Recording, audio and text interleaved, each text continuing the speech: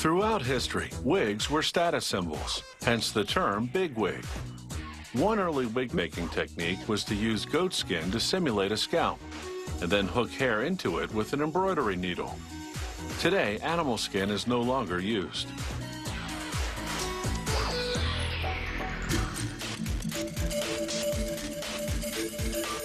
These days, wigs can look so real that no one would notice.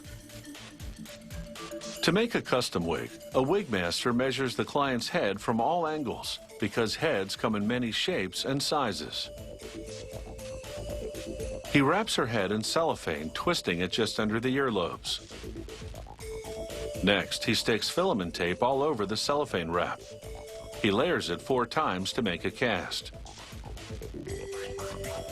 He lifts the tape and cellophane cast from her head and places it on a wig block, a head shape made of canvas or wood. Using a grease pencil, he traces around the cast, making a pattern of the client's hairline on the wig block. The wig master then cuts pieces of plain blue paper. He pins it on the wig block within the pattern lines. The paper will prevent light from reflecting into his eyes as he works. Now he places a large-sized polyester and cotton lace on the block and cuts it to the penciled outline. He pins a finer lace from front to back, pleating the edges with pins. He pulls open a drawer full of real and fake hair, and it's hard to tell the difference between them. He chooses a tail of synthetic hair labeled Venetian blonde. Pieces of pink and orange synthetic hair will be blended into the Venetian blonde tresses to create dramatic highlights. This is the tool for the job. It's a giant comb with rows of sharp steel teeth. It's called a hackle. The wig master places the Venetian blonde synthetic hair between the teeth of the hackle and sets the bright pink and orange locks on top.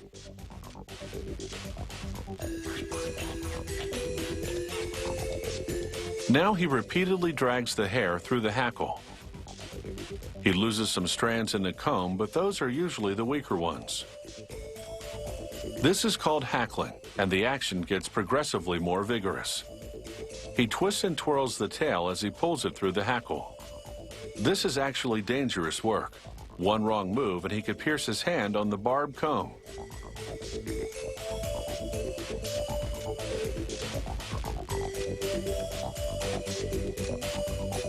Once the hair is blended, he cuts it in 2. Then he presses the hair into little metal pins on a leather holding card. The pins on a top card interlock with the bottom one.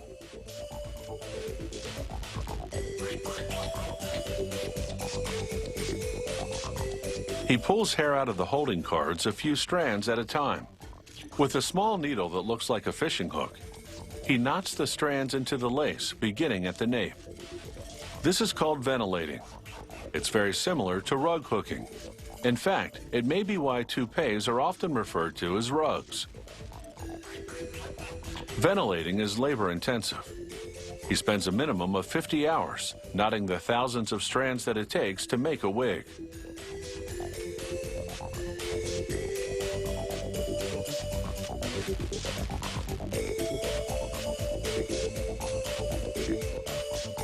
Partway into the job, he combs out any tangles and flounces the hair to make sure it moves naturally. Wigs for film and TV are usually made by hand rather than machine because the result is more authentic looking. Because the camera tells all, the wigs need to look as real as possible.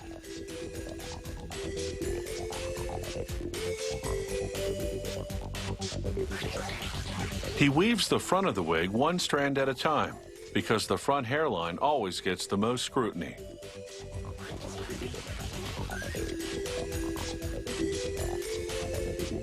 Now it's time for the fitting and the transformation. The wig needs a little styling,